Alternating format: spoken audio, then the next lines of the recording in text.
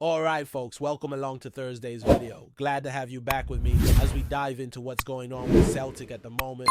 Loads to talk about. But today I want to really get into the details of the preseason plans because let's be honest, the full picture is basically out there now. All the bits and pieces have fallen into place over the last 24 hours. So let's walk through it all and try to figure out what kind of summer we've got ahead.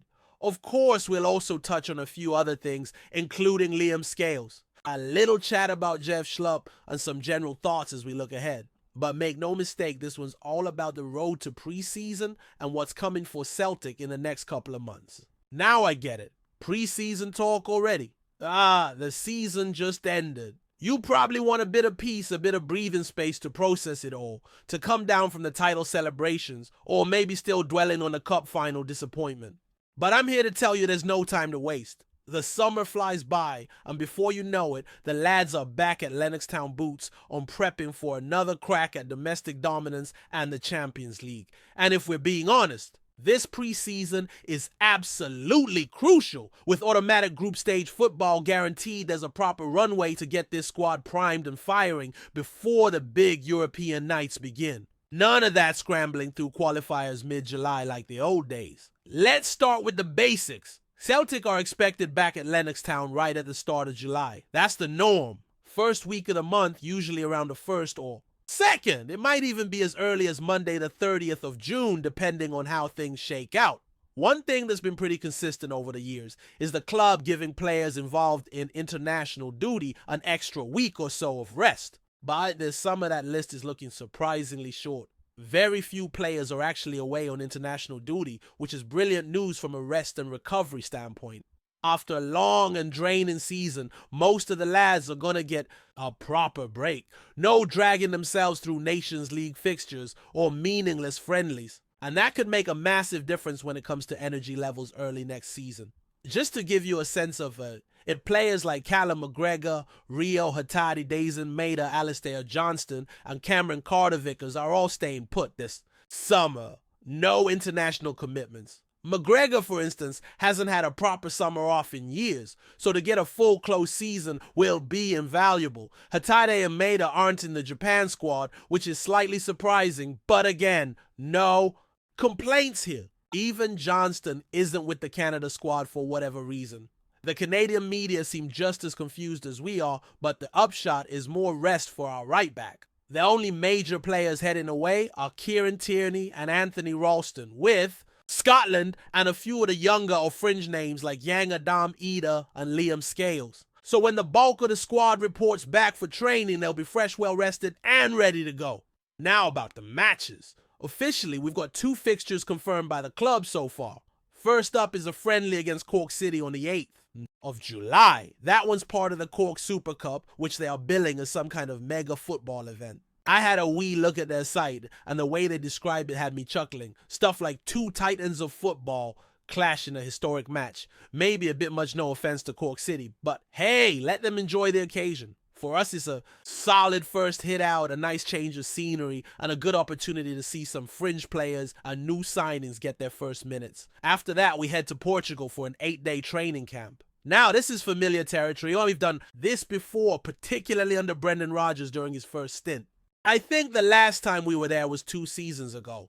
Last year, of course, was all about the US tour, which had its own pros and cons. But this time, we're going continental. The Algarve region is stunning, and the facilities are top drawer. From what's been reported, we'll be based in Faro, and we've got a friendly lined up against Sporting Lisbon while we're there. That's a proper test. Sporting are a class outfit, and that sort of opposition is exactly what we need if we're serious about raising our level in Europe. Once that Portugal leg wraps up, we're back in Glasgow for the biggest of our home friendlies, a showdown, with Newcastle United at Celtic Park on Saturday the 19th of July, 3 o'clock kickoff. That one's shaping up to be a cracking day. Newcastle are likely to bring a massive support. There's talk of 7, 8, maybe even 10,000 Geordies making the trip north. It's a great matchup, 2 passionate clubs, loud fan bases, and a decent gauge of where we're at just a couple of weeks before the Premiership kicks off. But it doesn't end there. Celtic are then due to travel to Italy, specifically the Lombardy region, for a pre-season tournament hosted by Serie Milot. Aside Como, yes Como, If that name rings a bell, it's because they're now managed by none other than Cesc Fabregas. The club's gone through a bit of a transformation recently, and they've built some interesting connections, particularly with Barcelona and Ajax. That's reflected in the guest list for this tournament. Alongside Celtic and Como, Ajax have also been invited. So we're talking about 3 big clubs each with their own unique style and philosophy facing off in what should be 2 excellent games. Now, we don't know the exact format yet. Could be a 3-team round robin, maybe a 4-team setup with another club to be announced. But the dates we do have are the 24th and 26th of July. 2 matches likely close together, so we'll probably see a bit of squad rotation. 1 game where we roll out the heavy hitters and another where we test the depth, give some younger players a chance, or try out some tactical tweaks. Either way, it's shaping up to be a proper challenge. Ajax might not be the force they once were, but technically they're always sharp. And Como, with their recent investment and ambition, will be out to prove something on their home patch. Add all that up. Cork City, Portugal with Sporting Lisbon, Newcastle at Parkhead, and then Italy with Como and Ajax, and you've got a pretty robust preseason lined up. It's a good mix of styles, venues, and difficulty levels. And more importantly, it's a schedule that gives Celtic time. Time to gel, time to build fitness, and time to integrate any new faces before the competitive stuff begins. Unlike previous years where we've had to rush through qualifiers while still figuring out our best 11 this time, we'll go into the Champions League with momentum. That European start, by the way, comes a bit later than we're used to. The group stage doesn't begin until mid-September, so we'll have 2 or even 3 Premiership games under our belt before then. That's massive. Match, fitness, rhythm, familiarity. All the little things that can make a huge difference when facing top-level European opposition. And let's be honest, we need every edge we can get if we're going to compete at that level. The past couple of seasons have shown that the jump from domestic football to the Champions League is enormous. And unless you're sharp, tactically and physically, you get punished. Now, circling back for a second, we should talk about Liam. Scales! The Irish Independent ran an exclusive with him recently, just after our defeat to Aberdeen. Not much juicy stuff in there if we're being honest, but one quote stood out to me. Scales was reflecting on the start of last season when he got his chance in the first team. A chance that in his own words felt like a free hit. Said something along the lines of, I probably didn't see myself in the picture, but I got the opportunity due to injuries. I treated it like nothing to lose. If I played well, great. If not, I was probably leaving anyway. And you know what? Credit where it's due. He stepped up. He might not be the flashiest player, but he's turned into a dependable option, especially a centre-back, which he now sees as his natural position. That's interesting, by the way. When we first signed him, most of us assumed he was a left-back. But he clearly prefers playing centrally, and that's where he's had his best performances. Now, will he be first choice going forward? Probably not. I still think Celtic need to upgrade in that area, particularly if we want to compete in Europe. But as a squad player, someone who can come in, do a job, understand the system and the demands. He's more than earned his place in the group. And finally, a wee note on Jeff Schlupp. Crystal Palace have confirmed he's leaving the club after 8.5 years. He's picked up the chairman's award over there for his contribution, which is a classy touch. Will he end up at Celtic? Hard to say. At this stage, I'd lean towards no.